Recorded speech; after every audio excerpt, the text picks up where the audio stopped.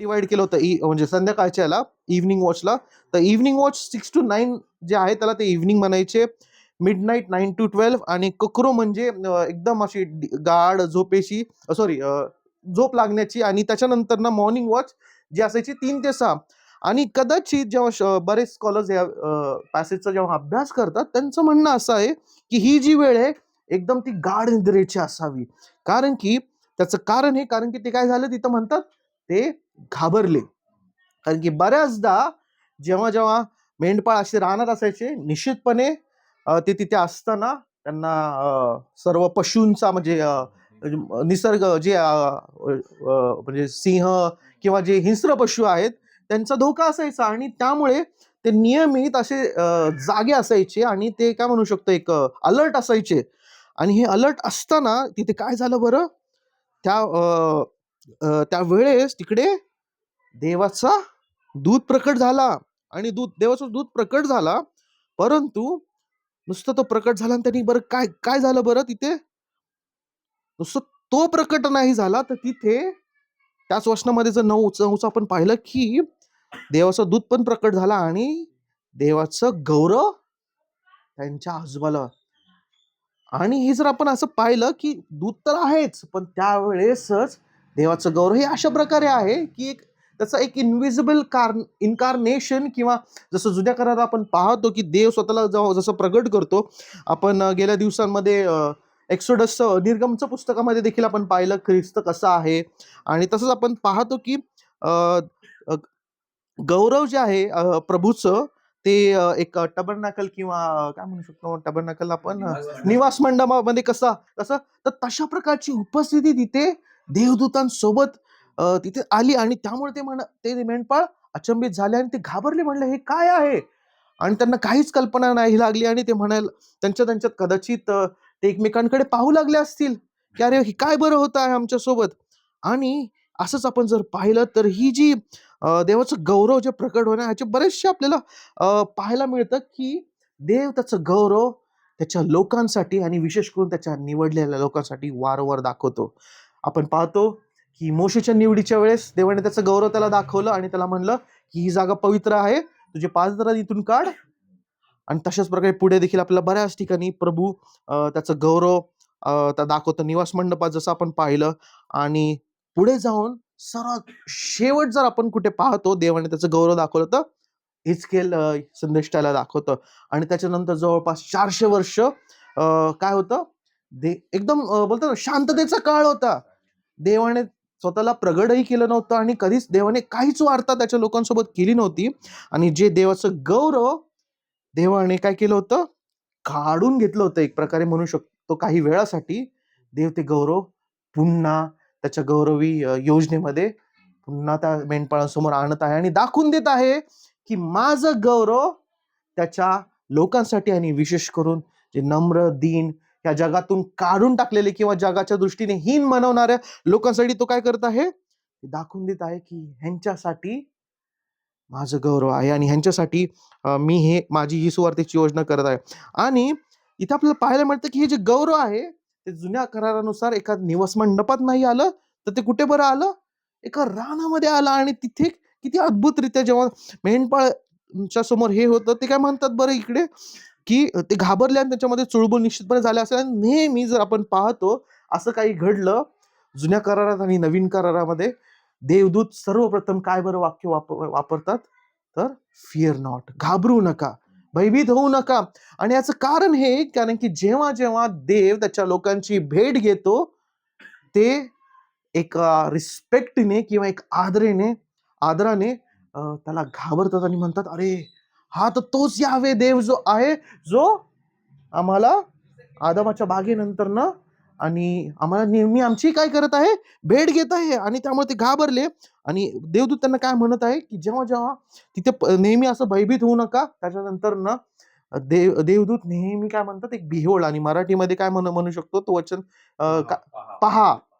आणि कदाचित मला वाटतं तो अर्थ जरा मराठीमध्ये कमी होत आहे कारण की बिहोळ ह्या शब्दाचा अर्थ असं जर तुम्ही पाहिला तर काळजीपूर्वक आहे, काळजीपूर्वक ऐका असं म्हणू शकतो आपण. आणि देवदूती सांगत आहे की काळजीपूर्वक ऐका, मी काय आणली आहे तुमच्याकडे काय आणले आहे बरं? चांगली वार्ता.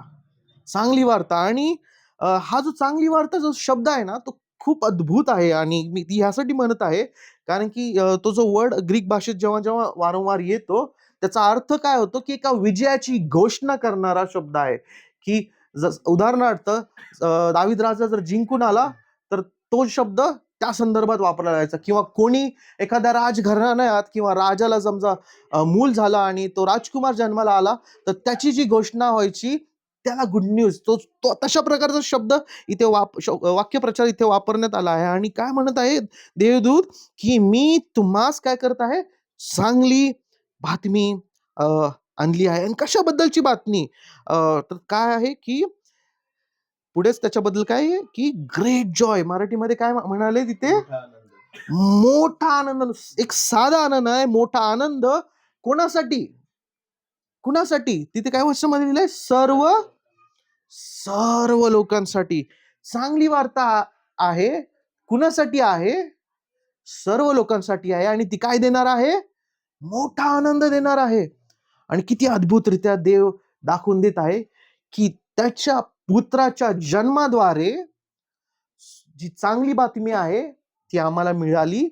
आणि ती काय मिळाली बरं? की ती आपल्याला मोठा आनंद देते आणि त्याच्यामध्ये सर्वांचं इन्क्लुजन आहे.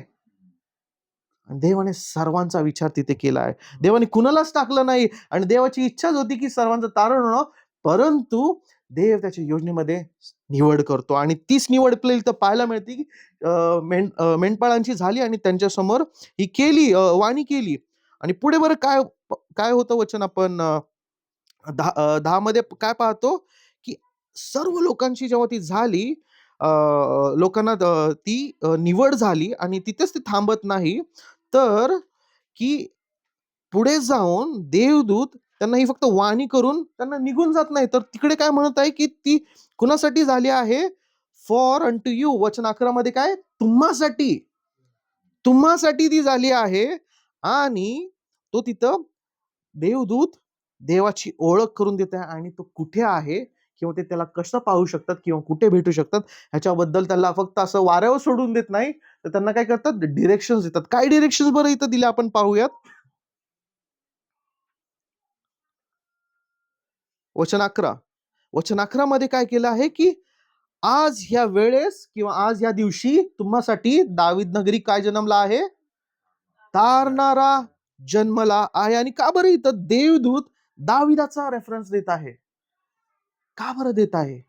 त्याचं कारणच हे, कारण की जी करारामध्ये प्रभूने जी वारंवार आठवण करून दिली आहे, की दाविदाच्या कुळातून देव स्वतःला प्रगट करणार आहे. तो जन्म घेणार आहे. त्याचा तो नुसता जन्म घेणार नाही, तर तो आम्हासाठी पवित्र जीवन जगणार आहे. त्याला आपण टांगू. तो आमचं पाप घेणार आहे. आणि नुसतंच पाप घेणार नाही, तर त्या पापाच्या घेण्याद्वारे तो आम्हाला काय करणार आहे? वाचवणार आहे. आणि जेव्हा इथं हा तारणारा शब्द येतो किंवा सेव्हियर शब्द येतो, तो फार महत्वाचा आहे. कारण की इत या अगोदर जितक्यांदा तारणाऱ्या शब्दाचा वाक्यप्रचार आला आहे किंवा अ, त्याचा संदर्भ आला आहे, तेव्हा नेहमी ते अशा प्रकारे आला आहे, की अ saviour will be born. A saviour, तारणार येणार आहे, येणार आहे, येणार आहे. आणि इथे आपल्याला पाहायला मिळतं सर्वप्रथम काय वार्ता होते? तारमाना आता आला आहे. आणि हे जे एक वाक्य आहे किंवा हे जे आहे, ते हृदय आपलं फाडणार आहे पूर्णपणे. का? कारण की जो वेळे पलीकडचा आपला देव आहे, ज्याला आधी, जो स्वतः म्हणतो मी अल्फा आणि ओमेगा आहे, मला काहीच अंत नाही, तो त्या वेळेमध्ये आलाय आता आपल्यासाठी. यासाठी, कारण की तिथे तो त्याचं बोलतात ना, एक त्याची आयडेंटिटी रिव्हील करत आहे देवदूत. का म्हणून आला आहे? तो टाइम मध्ये आलाय, कारण त्याला तारण करायचं आहे त्याच्या लोकांसाठी. किती अद्भुत महान देव आहे, जो आपल्यासाठी त्या वेळेच्या मर्यादेत आला. आणि आपण पाहतो, की जेव्हा आपण मनुष्य वेळेच्या मर्यादेत होता किंवा आहे अजूनही, एक प्रकारे म्हणू शकतो आपण, की जेव्हा तो जन्मतो, एक फार आनंदाची गोष्ट असते कुणाच्याही घरात. परंतु जेव्हा त्याचा मृत्यू होतो, ती दुःखद गोष्ट असते. तर आपल्याला हे देखील लक्षात घेणं गरजेचं आहे आज या वेळेसाठी, की जेव्हा ख्रिस्त जन्मला, त्याच्या मृत्यूची त्याला बोलतात ना सर्व काही ठाऊक होतं. आणि त्या सर्व गोष्टीं पलीकडे ती बोलतात ना तारणाऱ्याची जी व्याख्या आहे, त्या व्याख्येचं परिपूर्तता तो डे 1 पासून करत आहे, किंवा म्हणू शकतो की पहिल्या घडीपासून इथे आपल्याला पाहायला मिळतं की जेव्हा देवदूत वाणी करतो मेंढपाळांना, तिथे काय म्हणतात त्यांना, की तुमच्यासाठी काय जन्मला आहे, तारणारा आहे. आणि देवदूत त्रैक्य देवाचं तिथं काय रूप प्रगट करत आहे. काय बरं तिथे म्हणत आहे की हु इज ख्राइस्ट द लॉर्ड, आणि मराठीमध्ये काय बरं असेल ते, ख्रिस्त हा प्रभू. ख्रिस्त पण बोलत आहे आणि त्याला प्रभू पण म्हणत आहे. जसं की आजचे चाल्चेडोनियन पण जो मताधिकार मध्ये आपण पाहिलं की ते दोन वेगळे व्यक्ती नसून ते एकच आहेत. ह्याचं इतकं सुंदर आपल्याला फार काय मिळत आहे, वचनाचं प्रगटीकरण इथं पाहायला मिळत आहे की देवदूत स्वतः म्हणत आहे ते दोन वेगळे नसून ते एक आहेत. पूर्ण मनुष्य, पूर्ण देव स्वामासाठी त्या वेळेच्या बंधनामध्ये आला. आणि का बरं आला, तर स्वतःला, त्याला बोलतो ना, स्वतःला त्याने दाखवलं की मी या वेळेच्या बंधनामध्ये फक्त देव म्हणून ओळखला म्हणून नाही पाहिजे, तर मी एक तारणारा म्हणून त्याची व्याख्या इथं तो सांगत आहे. आणि का नाही आज आपण इथे जमलो असताना पुन्हा एकदा त्या तारणाऱ्याची आठवण करूयात. कारण की हा तारणारा जन्मला, फार आनंदाची गोष्ट आपण साजरी करतो, परंतु तो का जन्मला ह्याची आपण स्वतःला आठवण करून देऊया. कारण की तो खरंच जर जन्मला नसता तर कदाचित आपण त्या पवित्र शास्त्राचा कधीच बोलतो ना वचनाचा मर्म समजू शकलो नसतो.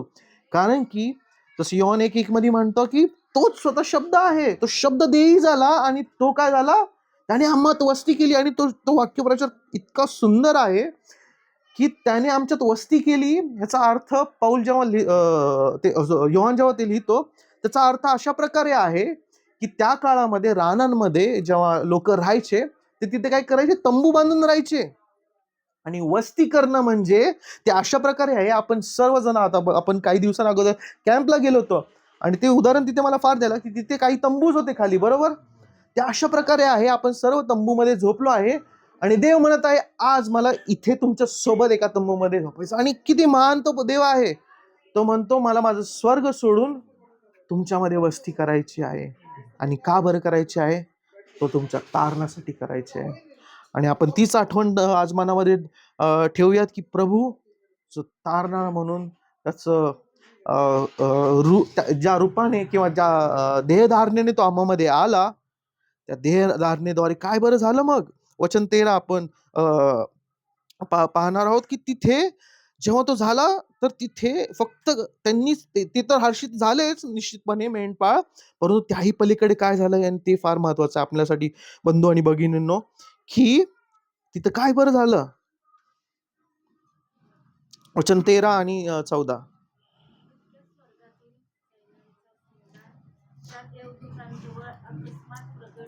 काय झालं, तिथे संपलं नाही. एक देवदूत आला आणि तिथे संपलं नाही. आणि किती सडनली एकाएकी तिकडे खूप सारे देवदूत काय झाले, प्रकट झाले. आणि मला तर असं वाटतं की कदाचित हा एक वन ऑफ द इन्सिडेंट असेल जिथं एक देवदूत नाही आले, एक देवदूत आला आणि त्यासोबत अनेक आले अचानक.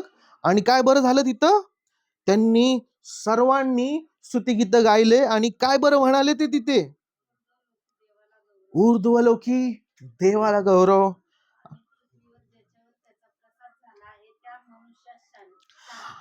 किती सुंदररित्या लोक इथे ते करत आहे. इथे काय म्हणतंय की ऊर्ध्वलोकी देवाला गौरव आणि ज्यांच्यावर त्याचा प्रसाद झाला आहे, काय, त्या लोकांस शांती. आणि किती महान अद्भुत देव आहे जो ऊर्ध्वलोकी विराजमान आहे आणि जो आपणा शांती देण्यासाठी या जगामध्ये आला आहे. त्याच्या नावाला गौरव देऊया. आपण प्रार्थना करूया. स्वर्गीय बापा, तुझ्या नावाला धन्यवाद देतो प्रभू. तू महान थोर दयाळू कृपाळू आहेस प्रभू. तू ऊर्ध्वलोकी विराजमान आहेस प्रभू. तुला काहीच गरज नव्हती प्रभू आम्हासाठी या पृथ्वीवर येण्याची प्रभू. आमची लायकी नाही प्रभू परमेश्वरा. आमचे पातक प्रभू इतकी घाण आहेत प्रभू परमेश्वरा की ते तर कधीच तुला हर्षित आणि प्रसन्न करू शकत नाही प्रभू. आणि तरीही देखील प्रभू सृष्टीच्या निर्मितीपासून जेव्हा जेव्हा प्रभू मनुष्य म्हणून आम्ही प्रभू तुझ्या विरुद्ध बंड केलं प्रभू. नेहमी तू आपल्या हृदयाला आम्हाला कवटाळून प्रभू परमेश्वर आमच्यावर तुझी कृपा दाखवलीस. आम्हाला नष्ट नाही केलंस, त्याबद्दल तुझे आभार मानतो प्रभू परमेश्वरा. आम्ही ते एदेन बागेची आठवण करतो प्रभू परमेश्वरा, जिथं प्रभू तू आदामाला बोललास प्रभू परमेश्वरा की या झाडाचं फळ खाऊ नको, खाशील तर तू निश्चित मरशील प्रभू. आणि तरी देखील आदाम जगला प्रभू परमेश्वरा. त्याच्यावर तुझी कृपा केलीस, तुझे आभार मानतो प्रभू परमेश्वरा. आणि त्या वेळेपासून प्रभू तू ख्रिस्त आम्हासाठी राखलास, आभार मानतो प्रभू परमेश्वरा. यावेळेस प्रभू आम्ही इथे जमलो असताना प्रभू आम्हाला त्या ख्रिस्ताचं मर्म कळू दे प्रभू परमेश्वरा. त्या ख्रिस्ताला अधिक रीतीने ओळखण्यास तू सहाय्य आणि तुझी कृपा पूर्व प्रभू परमेश्वर. तुझ्या पवित्र आत्म्याचं मार्गदर्शन कर आणि होऊ दे प्रभू परमेश्वरा त्या ख्रिस्तात रमण्यास, त्याचा आस्वाद घेण्यास, त्याच्यात आनंद बाळगण्यास आणि त्याच्यासाठी दुःख सोसण्यास आणि त्यासाठी जीवन जगण्यास तू आम्हाला सहाय्य आणि मदत कर प्रभू. इथे पुढचा वेळ का तुझ्या तिथे प्रार्थना आमचा तारणा पवित्र प्रभू येशू ख्रिस्त त्याच्याद्वारे मागतो म्हणून तू सहाय्य.